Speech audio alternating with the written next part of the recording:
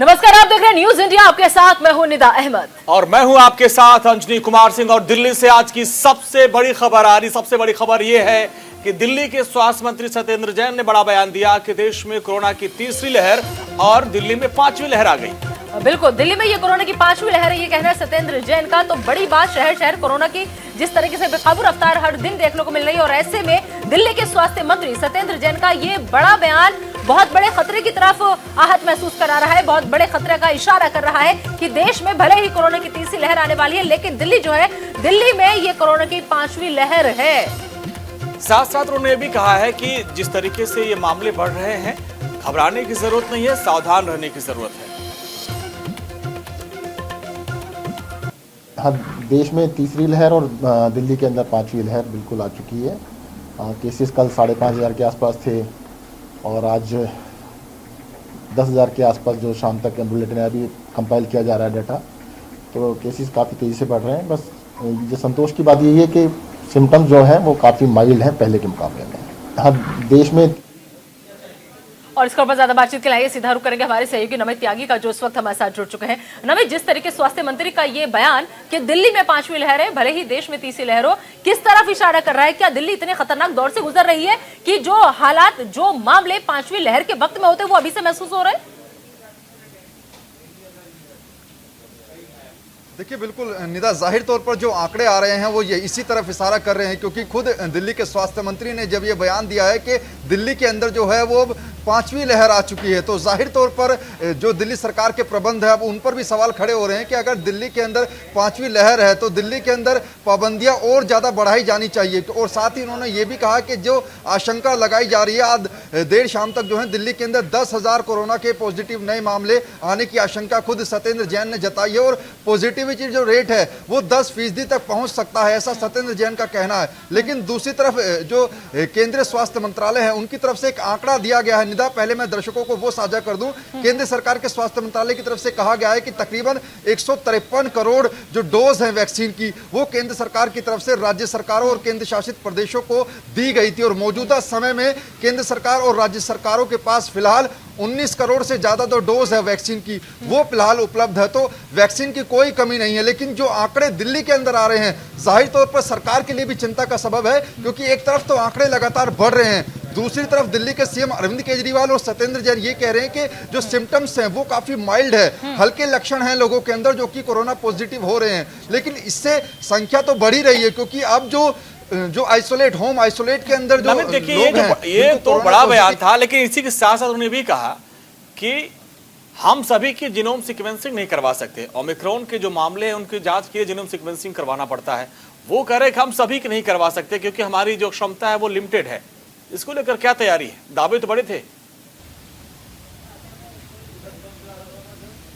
देखिए, बिल्कुल उन्होंने ये जरूर कहा है, क्योंकि हालांकि इससे पहले 3 दिन पहले सत्येंद्र जैन के बयान पर गौर करें अंजनी, तो उन्होंने ये कहा था कि कुछ ऐसे पेशेंट हैं जो कि एयरपोर्ट पर उनका RT-PCR जो है वो नेगेटिव आता है, लेकिन अगर हम 1 हफ्ते बाद उनकी जांच करते हैं तो उनके अंदर ओमिक्रॉन पाया जाता है। तो जाहिर तौर पर ऐसे लोगों को अब कैसे पहचाने की सरकार के, जिनके अंदर कोरोना तो है लेकिन ओमिक्रॉन की जांच आकर जब तक नहीं होगी, तो जाहिर तौर पर 2 डबल अटैक जो है वो अब दिल्ली के अंदर लोगों पर पड़ेगा। एक तो कोरोना, दूसरा ओमिक्रॉन, क्योंकि फिलहाल दिल्ली के अंदर केवल 5 ओमिक्रॉन के डेडिकेटेड सेंटर बनाए गए हैं, जिसमें LNJP है, बत्रा हॉस्पिटल है, अगर हम फोर्टिस हॉस्पिटल की बात करें, और इसके अलावा 2 से 3 ऐसी लैब हैं जहां पर जीनोम सीक्वेंसेस जांच, यानी कि जो ओमिक्रॉन का टेस्ट होता है उसमें ILBS की बात करें या फिर LNJP की बात करें, 2 से 3 ऐसी लैब्स हैं जहां पर केवल जीनोम सीक्वेंसेस की जांच की जा रही है। तो या तो सरकार, अगर आंकड़े बढ़ रहे हैं तो दिल्ली के अंदर जीनोम सीक्वेंसेस की जांच का दायरा बढ़ाए, उनकी लैब्स को बढ़ाया जाए, ताकि ज्यादा से ज्यादा जो नए कोरोना के पेशेंट आ रहे हैं उनका इलाज हो और ये कंफर्म किया जा सके कि क्या केवल इनके अंदर कोरोना है या फिर ओमिक्रॉन का नया वेरिएंट है। जी बिल्कुल, चलिए नमित, आप हमारे साथ तो बने रहिए। और तो जिस तरीके से शहर शहर कोरोना की बेकाबू रफ्तार देखने को मिल रही है, और अब स्वास्थ्य मंत्री का ऐसे में ये बयान कि दिल्ली जो है वो पांचवी लहर से जूझ रही है, ये बहुत कुछ कह रहा है। और चलिए अब आपको सीधा लिए चलते हैं, सीएम योगी आदित्यनाथ कोरोना पर क्या कुछ कह रहे हैं, सुनवाते हैं। आपको होगा, हर व्यक्ति वैक्सीन जरूर ले ले, शासन की योजना जरूरतमंदों को मिले, हमें इस बात को देखना चाहिए। और मेरा आप सबसे भी अपील होगा, जितने भी लाभार्थी पूरे प्रदेश भर से आज जुड़े हुए हैं, कि वास्तव में जो पात्रता की श्रेणी में आता है उस हर एक लाभार्थी को अपने साथ जोड़ना और उसे इस शासन की योजना से जोड़ करके अधिक से अधिक लाभान्वित करना, जहां ये हमारा दायित्व होना चाहिए। वहीं अगर कोई ऐसा व्यक्ति जो लाभार्थी नहीं लेकिन गलत तरीके से पात्रता की श्रेणी के साथ जुड़ करके इस योजना के साथ जुड़ा है, हमें ऐसे लोगों को भी इसके लिए जागरूक करना होगा कि पात्र लोगों को इस सुविधा के साथ जोड़ने की कार्रवाई होनी चाहिए। लेकिन आज यहाँ पे 98,29,000 से अधिक परिवारों को इस सुविधा का लाभ यहाँ पे प्रदान किया जा रहा है। मैं प्रदेश भर से जुड़े हुए उन सभी 98,28,000 जितने भी हमारे लाभार्थी हैं, इन लाभार्थियों को 2,955 करोड़ 36 लाख रुपए की जो ये राशि आज उनके अकाउंट में भेजी गई है, जिसमें 3-3 महीने की पेंशन की राशि है। इसके लिए उन्हें बधाई। तो आप सुन रहे थे सीएम योगी आदित्यनाथ को। और चलिए अब आगे बढ़ते हैं, वापस कोरोना की खबरों की तरफ रुख करते हैं। दरअसल देश में लगातार कोरोना वायरस जो है वो तेजी के साथ पैर पसार रहा है। और इसके अलावा हम आपको बता दें कि अभी तक अगर 24 घंटों का हम यहाँ पर जिक्र करें तो देश में 24 घंटे में 58,097 नए केस अभी तक सामने आ चुके हैं। और वहीं 24 घंटे में 15,389 कोरोना मरीज ठीक भी हुए हैं। लेकिन इन सब के बीच 24 घंटे में कोरोना से 534 लोगों की मौत भी हुई है। ये गौर करने वाली बात है। और ओवरऑल अगर हम एक्टिव मामलों की बात कर ले तो 2,14,004 तक ये आंकड़ा पहुंच गया है। और अभी फिलहाल जिस तरीके से मामले बढ़ रहे हैं, जहां से भी निदा जो भी खबर आ रही है कि 100 डॉक्टर कोरोना पॉजिटिव हो गए, किसी स्कूल में करीब 50 बच्चे कोरोना पॉजिटिव आ रहे हैं। अब आप देखिए, उद्धव कैबिनेट में दस्तक दिया, उनके करीब 20 मंत्री 70 विधायक। अभी देखिए नीतीश कुमार के कैबिनेट में एंट्री होगी, वहां पर दोनों डिप्टी सीएम समेत 2 मंत्री कोरोना पॉजिटिव हो गए हैं। तो लगातार ये मामले अब आम से लेके खास तक जो है इस बार खास लोगों पर ज्यादा हिनायत कर रहा है। बिल्कुल, तो राजनेता सब इसकी चपेट में आ रहे हैं। हर दिन खबर आ रही है, मनोज तिवारी, दिल्ली के मुख्यमंत्री अरविंद केजरीवाल, तमाम लोग इसकी चपेट में आ रहे हैं।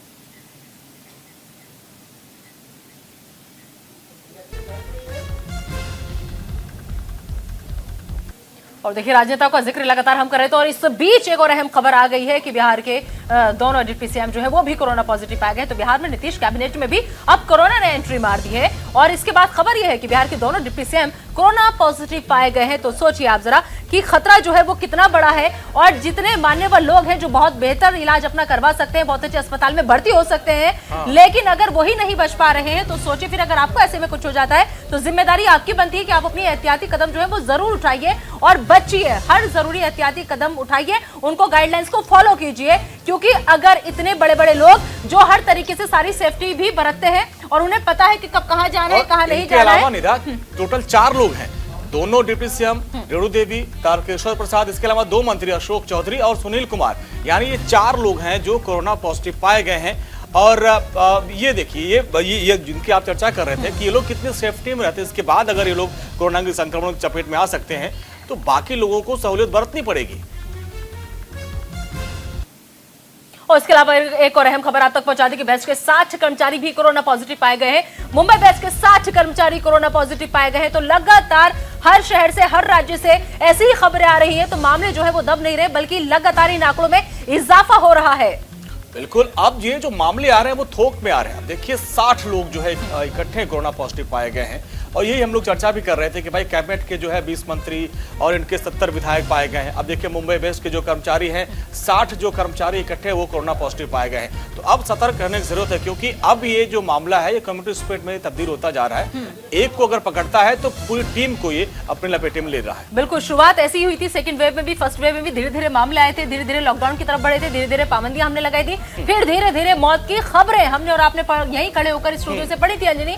लेकिन ऐसे में अब जिस तरीके से लगातार ये मामले सामने आ रहा है, अब जो आंकड़ा आ रहा है वो 1-2 में नहीं आ रहा, वो सीधा 100, 180, 150 ऐसे आंकड़ा निकलकर सामने आ रहा है। और देखिए मुंबई वेस्ट के भी यहाँ पर भी 50 से ज्यादा यानी 60 कर्मचारी कोरोना पॉजिटिव पाए गए हैं। तो इस वक्त बहुत नाजुक हालात से हमारा देश जो है वो गुजर रहा है, क्योंकि बीमारी बहुत बड़ी है। इसके खतरे को हमें समझना होगा, पहचानना होगा।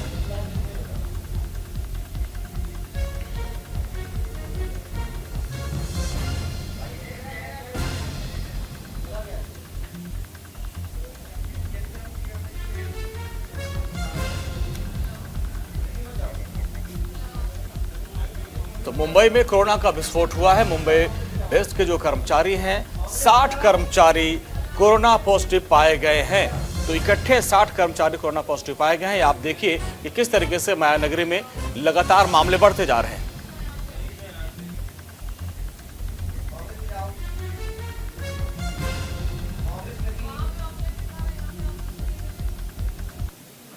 और इस बीच एक बड़ी अहम खबर आ रही है। आपको बता दें कि कांग्रेस ने कोरोना संकट के बीच एक अहम फैसला लिया है और ये फैसला जो है ऐसा फैसला है कि तमाम राजनीतिक पार्टियों को यह फैसला लेना चाहिए और इसकी मांग भी लगातार उठ रही थी। कोरोना संकट के बीच कांग्रेस का ये बड़ा फैसला, और वो बड़ा फैसला ये कि चुनावी रैली जो है वो कांग्रेस नहीं करेगी। हालांकि अभी तक ये खबर सूत्रों के हवाले से मिल रही है। कोरोना की वजह से दरअसल कांग्रेस ने यह फैसला लिया है, लेकिन सूत्रों के हवाले से ही ये खबर है। और इसमें सूत्र ये भी बता रहे हैं कि लड़की हूं लड़ सकती हूं, जो मैराथन दौड़ का आयोजन कांग्रेस तरफ से यूपी में किया जा रहा था, वो मैराथन दौड़ को भी फिलहाल रोक दिया गया है। रैली भी नहीं करेगी कांग्रेस यूपी में। तो ये एक बड़ी खबर आ रही है। और जिस तरीके से थोड़ी देर बाद अभी चुनाव आयोग की भी एक अहम बैठक होने वाली है, उसके पहले कांग्रेस की तरफ से बड़ा फैसला आया है कि यूपी में वो कोई चुनावी रैली नहीं करेंगे। इसके अलावा लड़की हूं लड़ सकती हूं, जो मैराथन दौड़ वो करते हैं, वो दौड़ भी अब यूपी में नहीं होगी। देखना होगा अंजलि कि कांग्रेस की इस पहल के बाद बाकी और कितनी राजनीतिक पार्टियां इसका स्वागत करेंगे, या फिर वो भी कांग्रेस की राह पर चलेंगे, या फिर वो सिर्फ अपनी रैलियां करेंगे और लोगों की जान खतरे में डालेंगे।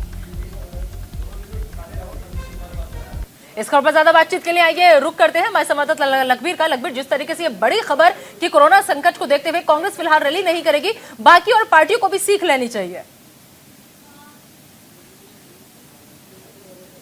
बिल्कुल निदा, बड़ी खबर है। सूत्रों के हवाले से जो खबर मिल रही है, कांग्रेस की महासचिव प्रियंका गांधी ने कांग्रेस के वरिष्ठ नेताओं से बातचीत की है। उसके बाद ये फैसला लिया गया है कि कांग्रेस की तरफ से जितनी भी बड़ी रैलियां हो रही थी, शक्ति संवाद हो रहे थे और लड़की हूं लड़ सकती हूं को लेकर जो मैराथन हो रही थी, इन सभी पर कोरोना के बढ़ते प्रकोप को देखते हुए उत्तर प्रदेश में रोक लगाने का फैसला लिया गया है। और साथ ही बाकी पार्टियों से भी इस पर फिलहाल के लिए रोक लगाने की अपील की गई है। देखने वाली बात होगी कि अब से कुछ देर बाद जब कांग्रेस आधिकारिक ऐलान इसका करेगी, उसके बाद बाकी पार्टियों का स्टैंड क्या होगा। क्योंकि जिस प्रकार से कोरोना अपने पैर पसार रहा है, ऐसे में जो राजनेता है वो सुपर स्प्रेडर बनकर उभर रहे हैं। क्योंकि पिछले 24 घंटे में हमने जिस प्रकार से देखा कि राजनेता लगातार कोरोना की चपेट में आ रहे हैं, ऐसे में आम जनता भी डर गई है। क्योंकि पॉजिटिविटी रेट लगातार बढ़ती जा रही है, कोरोना संक्रमण के मामले लगातार सामने आ रहे हैं। ऐसे में राजनीतिक आयोजन जो चुनाव के मद्देनजर 5 राज्यों में हो रहे हैं, वो वाकई में खतरे की घंटी बनकर साबित हो सकते हैं। ऐसे में कांग्रेस की ये सराहनीय पहल है कि कांग्रेस ने तमाम पब्लिक गैदरिंग से जुड़े कार्यक्रमों पर रोक लगाने का फैसला लिया है। लखबीर, अगर जो सूत्र बता रहे हैं कि क्या ये जो फैसला किया गया सिर्फ अभी यूपी के लिए किया गया है, या बाकी के जो 5 राज्य सब में वो रैली और मैराथन नहीं करेंगे? खबर ये सिर्फ यूपी के लिए व्यवस्था है क्या? ये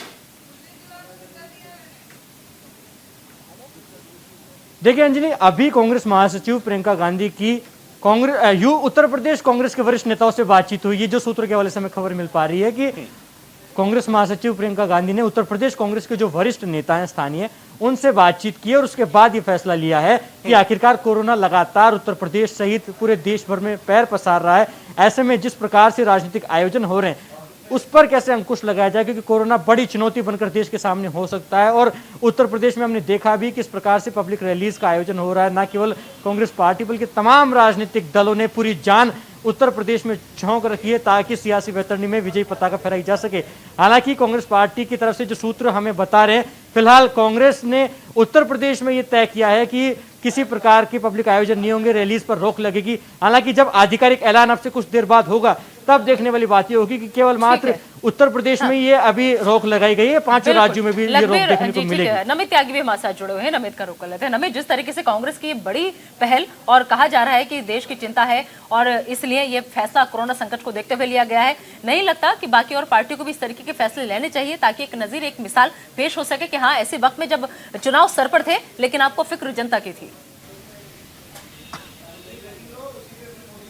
देखिए बिल्कुल निदा, कांग्रेस ने आगे आकर ये बड़ा फैसला लिया है और साथ ही साथ अब कांग्रेस पार्टी से बाकी राजनीतिक पार्टियों को भी इस मामले में कुछ सीखना होगा। और जाहिर तौर पर जिन राज्यों के अंदर चुनाव होने हैं, जिसमें 3 बड़े राज्य हैं, पंजाब की बात करें, उत्तराखंड या फिर उत्तर प्रदेश की बात करें, यहाँ पर जो बड़ी राजनीतिक पार्टियां हैं, समाजवादी पार्टी की बात करें या फिर बीजेपी की बात करें, इन पार्टियों को आगे आकर अब फैसला लेना होगा कि आखिर कोविड के जो मामले बढ़ रहे हैं, ऐसे में अपनी रैलियों को रोका जाए। क्योंकि भारी भीड़ जो है वो बीजेपी और समाजवादी पार्टी की जो जनविश्वास 5 यात्रा है वो निकल रही है, उसमें देखी जा रही है। लेकिन यहाँ पर चुनाव आयोग की जो बैठक होने वाली है अब उस पर भी सबकी निगाहें टिकी हुई है निदा की चुनाव आयोग आखिर क्या डिसाइड करता है, क्या केंद्र सरकार की तरफ से भी कोई एडवाइजरी जो है वो जारी की जा सकती है। लेकिन इस बीच एक खबर मेरे पास आ रही है कि जो बीसीसीआई के अध्यक्ष सौरव गांगुली, उनके परिवार के 4 सदस्यों को कोरोना हुआ है, जिसमें उनकी बेटी भी शामिल है। इसके अलावा अमिताभ बच्चन के घर में भी एक स्टाफ को कोरोना पॉजिटिव हुआ है। तो जो संख्या है वो लगातार बढ़ती जा रही है। इससे अब कोरोना की चपेट में ना राजनेता, ना एक्टर्स, ना फिर खेल जगत, ये कोई भी अछूता नहीं रहा है। बिल्कुल, क्योंकि ये एक ऐसी बीमारी है जो कभी कदकाठी देखकर नहीं होती, जो कभी आपकी हैसियत देखकर नहीं होती, जो अमीरी गरीबी में फर्क नहीं करती। लेकिन आप जरा सोचिए कि ये तमाम उन लोगों का हाल है जो अहम जानकारी साझा की यहाँ पर अंजलि के सौरभ गांगुली को हो गया, उनके साथ 4 और लोगों को हो गया। तो जब ऐसे लोग जो बहुत एहतियात बरतते हैं उनको नहीं बख्शा, तो फिर आपकी हमारी क्या बिसात है? क्योंकि आप भी लगातार सड़कों पर रहते हैं, हमें भी फील्ड में जाना पड़ता है रिपोर्टिंग के लिए। तो सिर्फ और सिर्फ बचाव ही एक रास्ता है, सावधानी ही एक उपाय है। चलिए नमित और लखवीर, बहुत बहुत शुक्रिया इस पूरी बातचीत के लिए। एक और बड़ी खबर आ रही है, आज प्रधानमंत्री नरेंद्र मोदी का पंजाब दौरा है। फिरोजपुर रैली में शामिल नहीं हो पाएंगे सुखदेव सिंह ढींडसा, अकाली दल संयुक्त के नेता है, इनका गठबंधन हुआ है बीजेपी के साथ।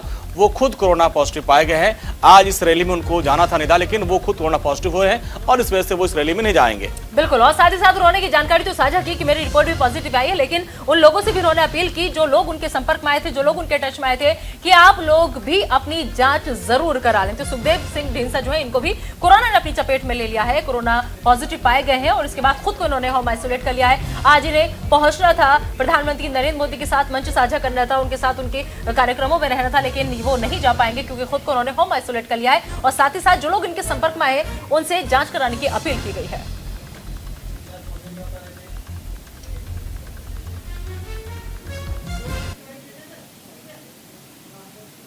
तो पंजाब दौरे पर हैं आज देश के प्रधानमंत्री नरेंद्र मोदी और अब से बस थोड़ी ही देर में पीएम नरेंद्र मोदी पंजाब के फिरोजपुर पहुंचेंगे। पंजाब के 2022 के रण के लिए पीएम आज बिगुल फूंकते नजर आएंगे। और यहां पर 42,750 करोड़ की योजनाओं की प्रधानमंत्री मोदी पंजाब को सौगात देंगे। कई परियोजनाओं का शिलान्यास भी करेंगे। दिल्ली अमृतसर कटरा एक्सप्रेसवे की आधारशिला रखेंगे प्रधानमंत्री नरेंद्र मोदी। फिरोजपुर में पीजीआई सैटेलाइट सेंटर का भी पीएम शिलान्यास करेंगे। इसके अलावा कपूरथला होशियारपुर में 2 मेडिकल कॉलेज की आधारशिला प्रधानमंत्री मोदी रखेंगे। किसान आंदोलन खत्म होने के बाद प्रधानमंत्री मोदी का ये पहला पंजाब दौरा है। बिल्कुल, तो प्रधानमंत्री नरेंद्र मोदी आज अब से बस थोड़ी ही देर बाद पंजाब के फिरोजपुर पहुंचेंगे और पीएम मोदी का ये दौरा आगामी पंजाब विधानसभा चुनाव के मद्देनजर काफी अहम माना जा रहा है। इस खबर पर ज्यादा बातचीत के लिए आइए सीधा रुख करेंगे हमारे संवाददाता कुलवीर का। कुलवीर, क्या अपडेट, पीएम मोदी कितनी देर में पहुंचने वाले हैं?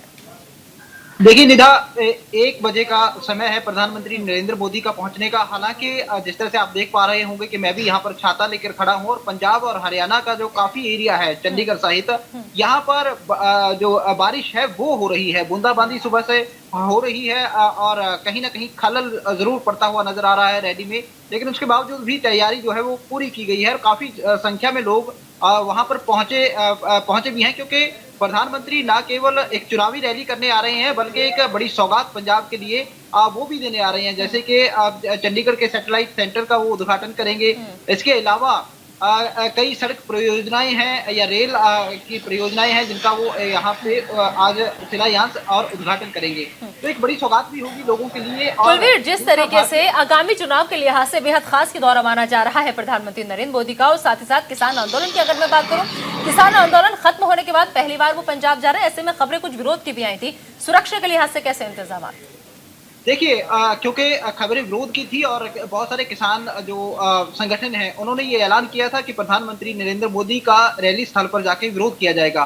कुछ किसान संगठनों ने कोशिश भी की, लेकिन पुलिस का जो पहरा है वो काफी कई किलोमीटर तक बनाया हुआ है ताकि जो आसपास तक भी रैली स्थल के किसान ना पहुंच पाए। हालांकि कुछ किसान संगठनों के साथ गजेंद्र सिंह शेखावत जो केंद्रीय मंत्री हैं और पंजाब भाजपा के ठीक है कुलवीर, इसी से जुड़ी एक बड़ी खबर आ रही है, अपने दर्शकों को बता दें कि पंजाब में प्रधानमंत्री मोदी के दौरे से पहले किसानों ने एक बड़ा ऐलान कर दिया है कि वो विरोध नहीं करेंगे। केंद्रीय मंत्री गजेंद्र सिंह शेखावत से उनकी बातचीत हुई है और इसके बाद उन्होंने कहा कि एमएसपी पर जो कमेटी है वो ड्राफ्ट तैयार करे। इसके बाद से अब बात मान लिया है किसानों ने। बिल्कुल, साथ ही साथ 15 जनवरी तक का वक्त जो है वो यहाँ पर देने की बात कही जा रही है, क्योंकि 15 जनवरी तक एमएसपी पर कमेटी का ऐलान होगा, ये कहना है शेखावत साहब का। मुकदमे वापस लेने की प्रक्रिया भी शुरू हो गई है। उन्होंने ये बात कही, पराली जलाने से प्रदूषण पर मुकदमा जो है वो दर्ज नहीं होगा, तो एमएसपी पर कमेटी का ड्राफ्ट तैयार हो रहा है। और केंद्रीय मंत्री गजेंद्र सिंह शेखावत का यह बयान ऐसे वक्त में आया है जब प्रधानमंत्री नरेंद्र मोदी जा रहे हैं पंजाब। किसान आंदोलन के बाद पहली बार वो पंजाब जा रहे हैं, तो तमाम ये बातें केंद्रीय मंत्री गजेंद्र सिंह शेखावत की तरफ से कही गई। राज्यों में जो इस दौरान इस एक साल के कालखंड में जो मुकदमे विभिन्न धाराओं में दर्ज किए गए थे, उन मुकदमों को वापस लेने की जो सहमति बनी थी, उसकी गति को लेकर के था। मैंने आश्वस्त किया है कि उसकी प्रक्रिया प्रारंभ हो चुकी है। उत्तर प्रदेश में, हरियाणा में, दिल्ली में, और तय कानूनी प्रक्रिया लेट डाउन प्रोसीजर जो है न्यायिक पद्धति के अनुरूप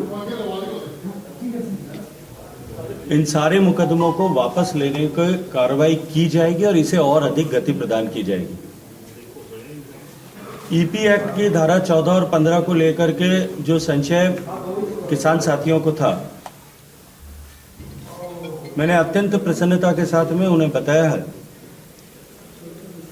और एक्ट का कॉपी भी उनके साथ में शेयर किया था कि सरकार पहले ही इसमें निर्णय कर चुकी है। पराली या खेती का अवशेष जलाने को लेकर के यदि किसी तरह का प्रदूषण उत्पन्न होता है तो उन किसानों के खिलाफ किसी भी तरह की आपराधिक कार्रवाई नहीं की जा सकती, ऐसा उपबंध उसमें किया गया है। तो ये बड़ा बयान है निदा। और कुलबीर, आपके पास आएंगे। प्रधानमंत्री मोदी का आज कार्यक्रम है और तमाम जो किसान है वो विरोध कर रहे थे, उसके पहले अब मंत्री का बयान आता है कि भाई अब एमएसपी पे जो भी सारी तैयारियां की जा रही हैं, जो मुकदमे वापस होंगे, अचानक से और विरोध के चलते दबाव में किया गया फैसला, क्या ये अचानक से? देखिए, किसानों को साधे बिना पंजाब की लड़ाई या फिर देश की लड़ाई किसी भी राजनीतिक पार्टी के लिए जीतना आसान नहीं होगा। और पंजाब में भी वही कोशिश की जा रही है। आपको याद होगा कि जो कृषि कानून थे उनके विरोध में सबसे ज्यादा यदि कोई किसान जुटे थे वो पंजाब से थे और भारतीय जनता पार्टी इसको अच्छी तरह जानती भी है। लिहाजा जो कानून वापसी का एक ऐलान किया गया था, आपको याद होगा कि वो 19 नवंबर को किया गया था और उस दिन प्रकाश उत्सव था, यानी श्री गुरु नानक देव जी का जन्म दिवस था। उस पवित्र दिहाड़े को चुना गया था इस ऐलान के लिए। लिहाजा कहीं ना कहीं ये समझा जा रहा है कि भारतीय जनता पार्टी जो है वो अब सिखों के साथ, किसानों के साथ सिखों को भी साधने की कोशिश कर रही है, जो सिख वोट है, क्योंकि पंजाब में किसान और सिख वोट ज्यादा है। ये निश्चित तौर पर कहा जा सकता है कि दबाव के बीच में लिए गए फैसला, क्योंकि प्रधानमंत्री नरेंद्र मोदी का बिल्कुल कहीं ना कहीं डैमेज कंट्रोल करने की ये कोशिश है कि अगर पीएम मोदी आते हैं तो कोई विरोध ना करे, इस तरीके की कोई तस्वीर या इस तरीके की कोई खबर बाहर ना जाए कि किसान विरोध कर रहे हैं। चलिए, बहुत बहुत शुक्रिया इस तमाम जानकारी के लिए आपका। तो 2022 के विधानसभा चुनाव होने हैं और 2022 के विधानसभा चुनाव को लेकर सभी पार्टियों ने कमर कस ली है, जिसको लेकर लोक इंसाफ पार्टी ने लुधियाना के हल्का गिल से गगनदीप सिंह को अपना प्रत्याशी बनाया है। और इस मौके पर न्यूज इंडिया के संवाददाता ने चुनाव के लेकर, उनकी तैयारियों को लेकर बातचीत की। सुनिए क्या कुछ कहा उन्होंने। जैसे जैसे 2022 का चुनाव पंजाब में नजदीक आता जा रहा है, वैसे वैसे रिवायती पार्टियां और इंटरनेशनल, नेशनल लेवल की पार्टियां और पंजाब लेवल की पार्टियां अपने कैंडिडेट घोषित कर रहे हैं। बिल्कुल जी, जो एक नई पार्टी, हालांकि पिछली बार इलेक्शन लड़ चुकी है, लोक इंसाफ पार्टी ने लुधियाना का गिल देहाती हल्का पड़ता, वहां पे अपना कैंडिडेट गगनदीप सिंह सनी कैथ को अनाउंस किया है। एक रैली भी हुई है, हमारे साथ जुड़ चुके हैं, इनसे पूछने की कोशिश करते हैं किन मुद्दों को लेके इनकी पार्टी आम वोटरों के पास जा रही है। सर, बहुत बहुत स्वागत है। किन मुद्दों को लेके आप पार्टी में जा रहे हैं? देखो, हमेशा पंजाब में अगर कोई बड़े मुद्दे उठाए हैं वो सिर्फ लोक इंसाफ पार्टी ने उठाए हैं, चाहे वो पंजाब के पानी जो दूसरी स्टेट्स को जा रहे हैं उसका मुद्दा हो, चाहे वो किसान आंदोलन का मुद्दा हो, चाहे वो भ्रष्टाचार के खिलाफ कोई लड़ाई हो, उसमें हमेशा आगे होकर लोक इंसाफ पार्टी ने लड़ाई लड़ी है। सरदार सिमरजीत सिंह बैस ने लड़ाई लड़ी है और हम लड़ते आ रहे हैं। मुद्दे हमेशा हमारे जो होते हैं लोगों से जुड़े होते हैं, दूसरी पार्टियों की तरह नहीं है कि हम बड़े बड़े वादे करेंगे, बड़े बड़े शगुफे छोड़ेंगे, वो हम काम नहीं करते। हमारा ये मकसद होता है कि जो हम लोगों के लिए, लोगों की वेल्थ के लिए, उनके जेब में कैसे हम पैसे भर सकते हैं, उनको हम कैसे रोजगार दे सकते हैं, उनकी जो नौजवान है उनको कैसे नौकरियों पे लगवा सकते हैं। बहुत सारे मुद्दे हैं, उस पर हम काम करते हैं और करते आ रहे हैं। और पंजाब की वोटरों की बात करें तो उनको बहुत ऑप्शन है, चाहे वो अकाली दल हो, बहुजन समाज पार्टी का अलायंस है अकाली दल से, चाहे वो कांग्रेस पार्टी हो, आम आदमी पार्टी हो, लोक इंसाफ पार्टी इस बार दूसरी बार चुनाव लड़ रही है। कैसे विश्वास किया जाए? देखिए, हम दूसरी बार नहीं, हम चौथी बार लड़ रहे हैं इलेक्शन। पहले बैन साहब ने लड़ी, फिर एमपी लड़ी पहली बार, फिर दूसरी बार भी एमपी लड़ी, अब तीसरी बार, चौथी बार विधानसभा का आप दूसरी बार एज ए पार्टी लड़ रहे हो। विधानसभा आजाद लड़ रहे हैं वो, लेकिन एज ए पार्टी दूसरी बार लड़ रहे हो। विधानसभा का हम दूसरी बार लड़ रहे हैं। और लोगों को अगर हमारे पे विश्वास है, आज हमने देखा कि यहाँ पे 10,000 कुर्सी हमने लगाई थी और लोग इतने बढ़ गए कि हमें ये टेंट भी अपने खोलने पड़े, कुर्सियाँ लगानी पड़ी हैं। तो दूसरी बार इसलिए कह रहा हूँ, लुधियाने में 3.25 लाख वोट हमें एमपी में पड़ी है लोक इंसाफ पार्टी को, पहली बार 3.25 लाख। और दूसरी तरफ जो रवनीत सिंह बिट्टू थे उनको 4 लाख वोट पड़ी, जो अकाली दल का कैंडिडेट था उनको 3 लाख। और स्थापित पार्टियां जो है उनको इतनी वोट पड़ी। और हमारी पार्टी कितनी पुरानी है, अभी 5-6 साल हमारी पार्टी बने को हुए हैं और इतनी बड़ी गिनती में वोट डलनी, ये साबित करता है कि लोग लोक इंसाफ पार्टी के प्रधान और लोग। तो न्यूज इंडिया ने वहां मौजूद प्रत्याशी से खास बातचीत की।